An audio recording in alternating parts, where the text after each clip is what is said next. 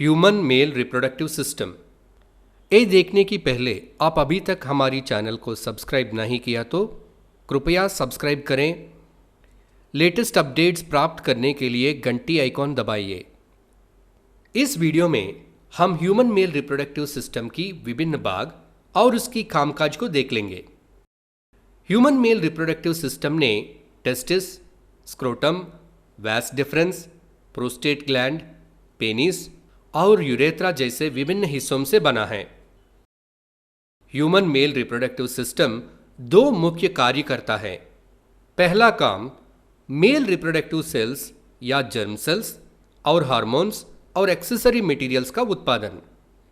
दूसरी काम है फीमेल रिप्रोडक्टिव सिस्टम में मेल रिप्रोडक्टिव सेल्स को जमा करना। अब यहां एक सवाल है, मेल रिप्रोडक्टिव सिस्टम का कौन सा पार्ट जर्म सेल्स का उत्पादन करती है? टेस्टिस मेल रिप्रोडक्टिव सेल का उत्पादन करता है। टेस्टिस एब्डोमिनल कैविटी के बाहर मौजूद है। वे एक तैली जैसे स्ट्रक्चर में मौजूद है। उस तैली जैसी स्ट्रक्चर को स्क्रोटम कहा जाता है। यदि टेस्टिस बहुत इंपॉर्टेंट ऑर्गन्स है तो वे पेट की गुहा के बाहर क्यों स्थित है? क्योंकि स्पर्म फॉर्मेशन के लिए नॉर्मल बॉडी टेम्परेचर की तुलना में लोअर टेम्परेचर की आवश्यकता होती है। टेस्टिस टेस्टोस्टेरोन नामक हार्मोन भी सेक्रेट करता है। लेकिन टेस्टोस्टेरोन का उपयोग क्या है? यह एक मेल रिप्रोडक्टिव हार्मोन है जो स्पर्म फॉर्मेशन को रेगुलेट करता है और प्यूबर्टी के दौरान सेकेंडरी सेक्सुअल कैरेक्टर्स के विकास के लिए रेस्पॉन्सिबल भी है। फीमेल रिप्रोडक्टिव सिस्टम में वितरित करने के लिए स्पर्म्स को कुछ फ्लूइड सेक्रीशंस के सपोर्ट की आवश्यकता होती है। कौन सा पार्ट्स उन फ्लूइड सेक्रीशंस का उत्पादन करता है? प्रोस्टेट ग्लैंड और सेमिनल वेसिकल्स वे कुछ फ्लूइड सेक्रीशंस को छिड़कते हैं जो स्पर्म सेल्स को पोषक तत्व प्रदान करते हैं। अब हमें स्पर्म सेल्स का जर्नी को देखें। टेस्टिस में गठित स्पर्म सेल्स को वास डिफरेंस नामक ट्यूब के माध्यम से ट्रेवल की जाती है।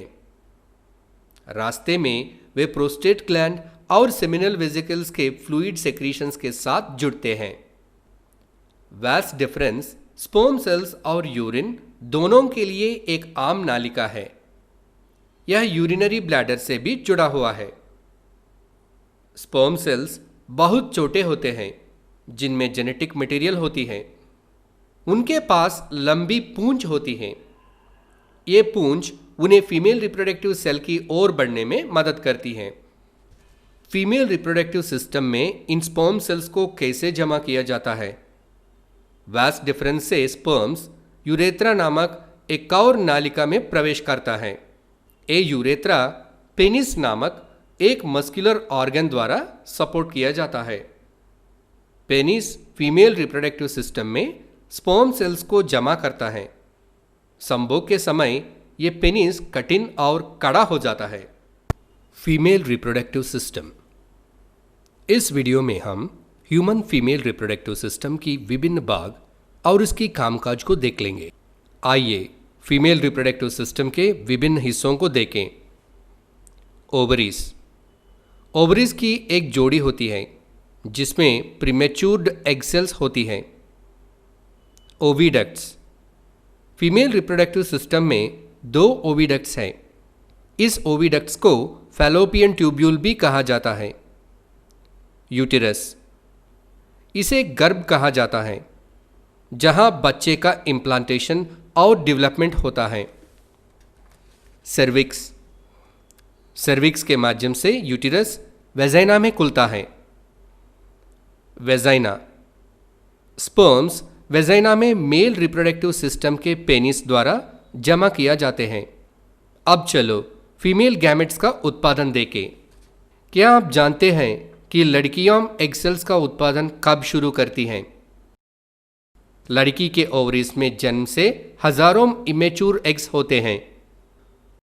प्यूबर्टी तक पहुंचने से अंडे मैच्योर हो जाते हैं। हर महीने एक एग सेल का उत्पादन होता है।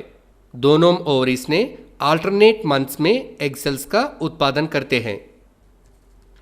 ओवरी द्वारा जारी एग्स फैलोपियन ट्यूब्यूल्स में कलेक्ट किया जाता है। स्पर्म्स फैलोपियन ट्यूब्यूल में एग सेल्स को फर्टिलाइज करते हैं। लेकिन स्पर्म्स फैलोपियन ट्यूब्यूल कैसे पहुंचता है? सेक्सुअल इंटरकोर्स के दौरान स्पर्म्स मेल रिप्रोडक्टिव सिस्टम के पेनिस द्वारा वेजाइना में जमा किया जाते हैं। स्पर्म्स फैलोपियन ट्यूब्यूल्स की ओर जाता है, अंत में एग सेल तक पहुंचते हैं और इसे फर्टिलाइज करते हैं। ओवरीज से गुजरने वाली हार्मोन यूटेरस को बढ़ते एम्ब्रियो को प्राप्त करने और पोषित करने के लिए तैयार करते हैं। यूटेरस की दीवारें बढ़ती एम्ब्रियो को प्राप्त करने के लिए मोटे और समृद्ध रूप से ब्लड के साथ आपूर्ति की जाती है। फर्टिलाइज्ड एग को जाइगोट कहा जाता है। यह यूट्रस की परत में इम्प्लांट हो जाता है और इसका डिवीजन शुरू होता है। और एक सवाल है, बढ़ते एम्ब्रियो को ग्लूकोज और ऑक्सीजन कौन सप्लाई करता है? प्लाजेंटा एक स्पेशल टिश्यू है जो एम्ब्रियो को मां के खून से पोषण पाने में मदद करता है। यह यूटेरस की दीवार में एम्बेड होता है और एम्ब्रियो में ग्लूकोज और ऑक्सीजन प्रदान करता है। एम्ब्रियो द्वारा उत्पन्न वेस्ट को प्लाजेंटा द्वारा मां के खून में ट्रांसफर कर दिया जाता है।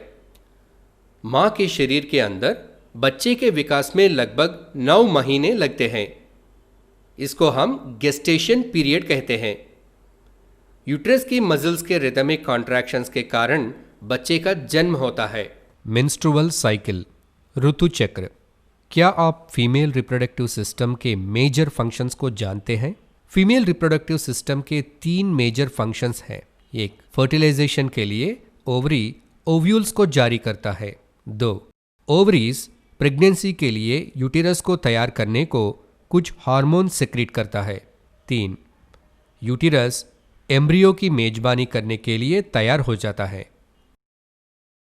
ओवरी से गुजरने वाली हार्मोन ब्लड और म्यूकस लेयर्स का निर्माण करके यूटेरस की दीवारों को मोटी बना देता है। अगर फर्टिलाइजेशन होता है तो एम्ब्रियो को पोषण के लिए ये ब्लड लाइनिंग की आवश्यकता होगी।